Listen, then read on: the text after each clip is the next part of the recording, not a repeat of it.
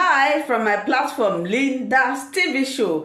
If it is your first time, you are welcome. Please, after watching this video, if you like what I'm doing, please subscribe, put on your notification bell to all notification. It is very, very important because it will enable you to know when I upload a new video. Here we upload videos on daily basis as it is happening. We are bringing it live and direct, undirected to you. After watching, you are free to criticize, you are free to say your opinion, but let us say it constructively. Myself, Linda, will be standing here watching this video together with you from the beginning to the end. Then we'll go to the comment section. I appreciate you all, my lovely subscribers, followers, those who comment and share this video. Commissioner, welcome again to Dateline Abuja. Thank you very much. It's a great pleasure to be here. The last time we spoke was before the party primaries, and I remember all the expectations we had. You know, we had a great conversation about, you know, what the parties should be looking out for up until this almighty election. And now the election has happened. In fact, during the election monitoring, I actually bumped into you Indeed, we did. in Wuse, in the school in Wuse. And I remember you gave us your thoughts then on how the process was. But talk to us about the aftermath, because that's where we are right now. What are your thoughts on what's going on right now in many areas? There's the fact that women representation, at least from the results that we've seen, is actually lesser now. There's a lot of acrimony about the process and the BVAS machine, and we're seeing court cases coming up. In fact, the governorship and state assembly elections have been postponed till the 18th. Talk to us a bit about what you make of what's going on right now. Well, let me start with the female representation side of it, because we're just a day after International Women's Day, and in fact we're in International Women's Month. That's a big disappointment, I'm afraid. So the numbers are still coming in. We were already at a very, very low representation in the two houses, so 7 out of 130 in the Senate, 13 out of 360 in the National Assembly. The indications are that's going to go down. So Nigeria was only at about 4% representation before. It may get as low as 2%. When you think the global average is now 26%, and many countries have done much better, and the aspiration should of course be 50-50, that's a huge disappointment. We also understand, the number of women being put forward has gone down. We've only got one candidate for the governorship in Adamawa, which is just really, really disappointing. In fact, Nigeria's never had obviously a female president, vice president, and only one governor, which happened slightly by chance in Anambra. So massive disappointment, particularly in the context of International Women's Day. About a year ago, we were looking to those 5 bills to pass the two houses, and the crucial one on quotas didn't go through. I believe in quotas. I think that is the way, particularly in a country like Nigeria, where there are deep cultural resistance to women's advancement. And women are doing well in many areas of life in Nigeria, but not in politics. So that, I'm afraid, from that aspect of the election, is a disappointment. So with everything that's happening right now, especially with the court cases and you know, questions about the BVAS and the postponement of the governorship, when we heard the announcement that the governorship and state assembly elections had been postponed, what did you make of it? Some people said this was the right way to go because there's so many things that needed to be sorted out before that election. What were your thoughts on that? Well, so just before sort of stepping back a bit and maybe looking at the lessons from the presidential overall, I think on the positive side, the BVAS itself worked very well. We had a very good briefing from YAGA, who are our civil society partners who monitor the election, and they were encouraged that the BVAS worked, if not with at least with not fingerprint, with the eye sort of accreditation. So that's been positive. There was disappointment over the late opening of the polling units. Still the logistics seem to floor everybody this time. And also this problem with people not necessarily finding their correct polling unit having been reassigned. So there were definitely quite a lot of logistical problems. And then the third big issue, obviously we're all familiar with the IREV, you know, what went wrong, why didn't the big expectation everyone had to have full transparency so people could log on and see the results coming in. Clearly didn't happen. There's an investigation going on to understand what went wrong with that. In terms of where we are now and the announcement that came out yesterday for the postponement, as you know, the court case was lodged by the opposition parties asking to examine all the material on the BVAS. INEC then put in a counter sort of legal challenge to say we actually need time to prepare the BVAS for the gubernatorials. And where we are now, and I just read the INEC statement last night, is that they set out their reasoning for that. They have no problem with the opposition examining the material. It will all be uploaded and available. But they simply do not have time. The court case ruling came too late for them to reconfigure the BVAS. So personally, I think that's the right decision. I think it would have been a mistake to go ahead if they're not prepared. We can't afford to have another election not fulfilling people's expectations. So although it's a huge disappointment, there's a delay, and it's a challenge for all of us. We had our teams ready to go into the field, some already pre-positioned. I think it's better to be prepared and go through with the delay, would be my assessment. With everything that's happened, I'm not going to put you on the spot and say, have we gotten there yet? But just talk to us a bit about the characteristic of this person who's supposed to rule this country, when the inaugurations happen in May. What sort of president should lead this country in the time that we're in? Well, Nigeria is facing incredibly tough times. You've got enormous insecurity problems across the whole country. I mean, I've been here nearly 4.5 years, and sadly the security situation has deteriorated very badly, and different kinds of security challenge. The economy is also struggling, and people are really suffering. And I think the recent currency crisis, has really made it incredibly difficult for people. People are losing their livelihoods. Cash-based is still very much a cash-based economy in Nigeria. So we now know, assuming that the president-elect becomes the president, and of course there are some legal challenges going on, and they should play their part, but the president-elect will have a very challenging set of time. But a leader is important. A leader sets a vision and inspires their team and their country, but nobody leads alone. He will need a very good team around him, and it's the team collectively at the federal level, and of course all the governors in a federal system as you have will collectively hopefully lead this country through these incredibly challenging times ahead. Let's talk a bit about that peace accord that was signed. It was very vital to the process, and one of the fears a lot of us in the media had was post-election violence. Election violence on the day of the elections, and of course the aftermath. What would you make of the situation right now? Do you think the parties involved kept to this peace accord? So just in the context of violence, because I was here for the last election, so I can compare. So from looking at the data, the pre-election period here was a bit more violent than the last election, and there were quite a number of incidents.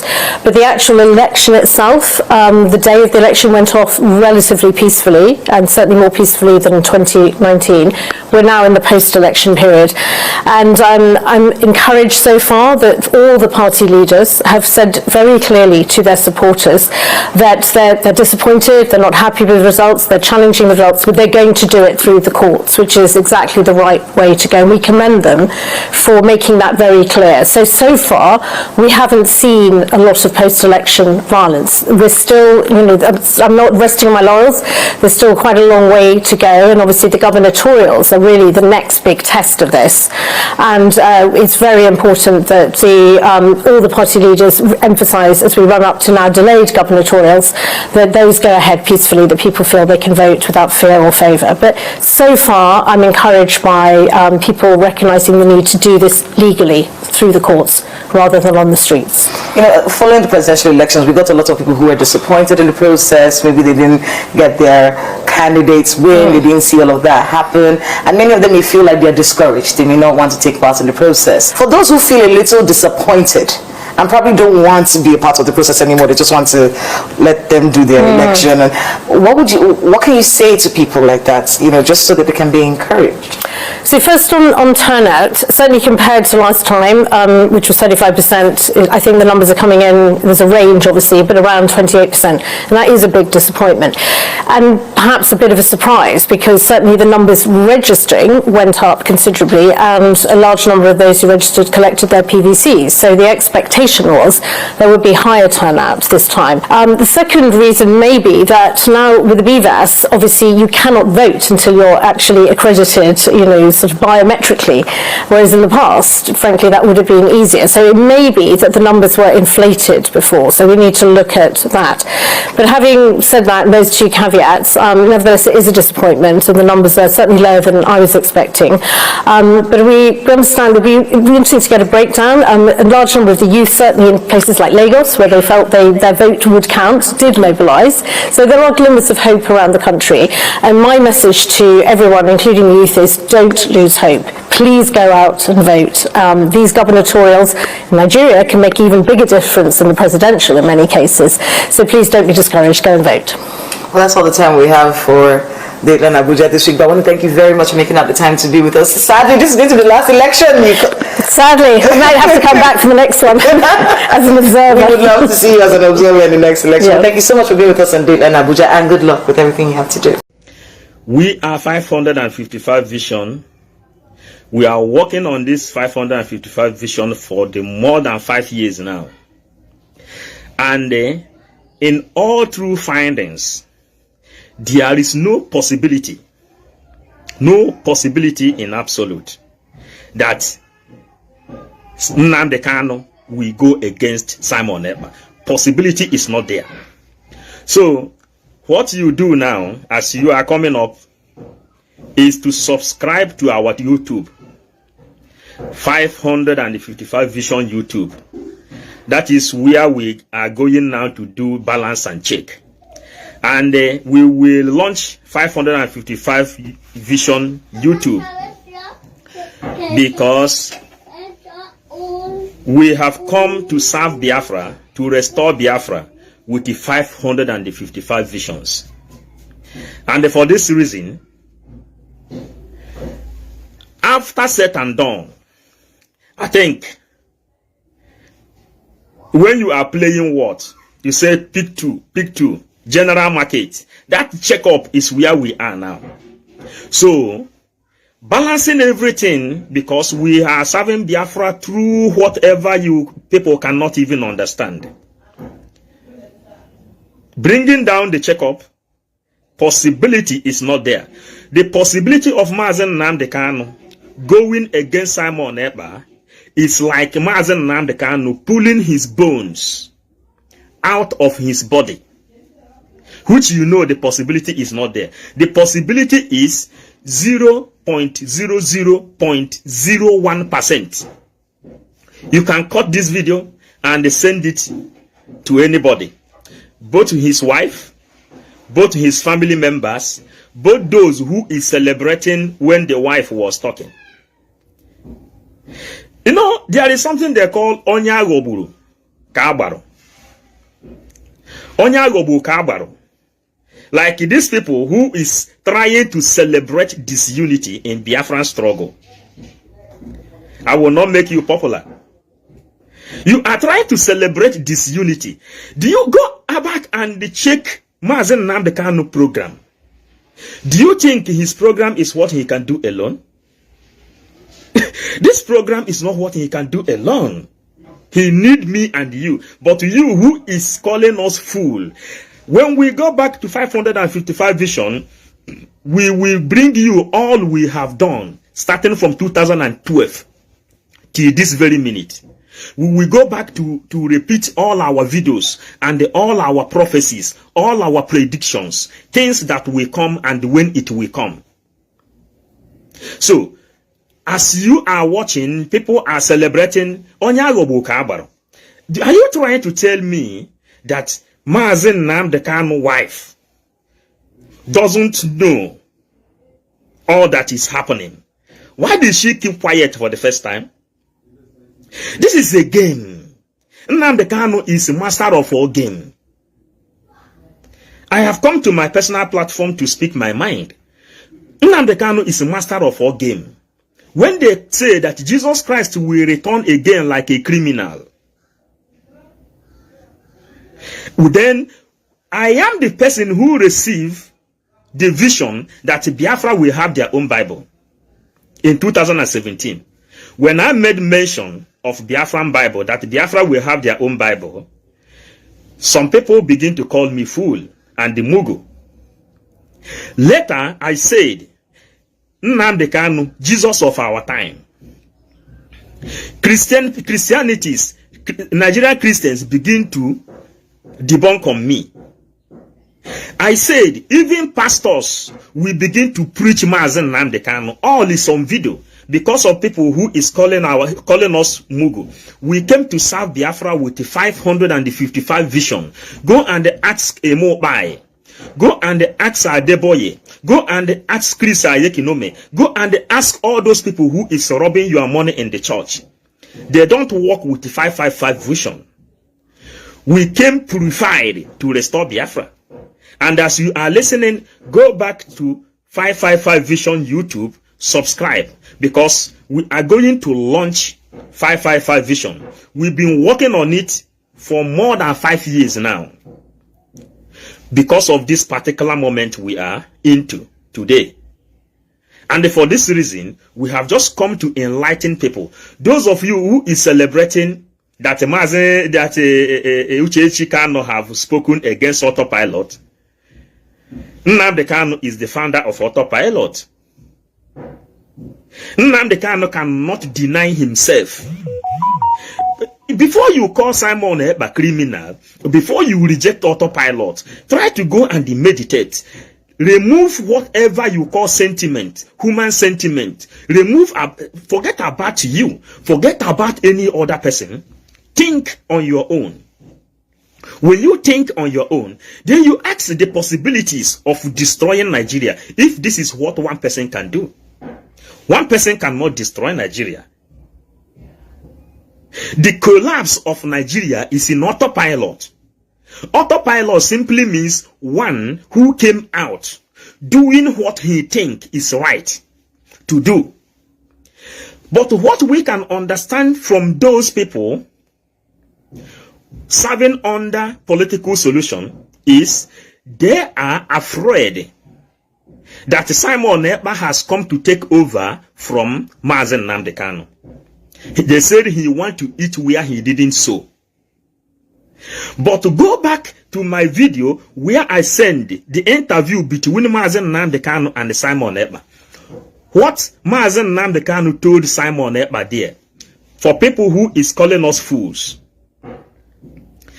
What he told him there, he said, it doesn't matter who bring Biafra. What matters is Biafran freedom. And when Biafra come, every one of us will come and celebrate. That is what matters. It's not all about leadership. Mazen Nnamdi Kanu knew about he know the capacity of stupidity in IGBO, Igbo people, the most greediest people on this planet Earth. That's why he devoted himself fighting to liberate us. The last video he did, he said he is inside DSA dungeon because of those people, you people under political solution has tagged to eliminate. Jesus Christ came for the sinners. He came to save the sinners, not those people who think that they are righteous. The people who think that they are righteous are the people who believe in command and control, political solution, and the amnesty. But the people who are the sinners are the people who said, what have Simon Ekpa done to install sit at home? You who is working against Simon Ekpa, let me just ask you a question. Sit at home, which is the key to restore Biafra, which people install sit at home? Is it not Autopilot? Which people are opening secret documents holding Biafra? Are they not Autopilot?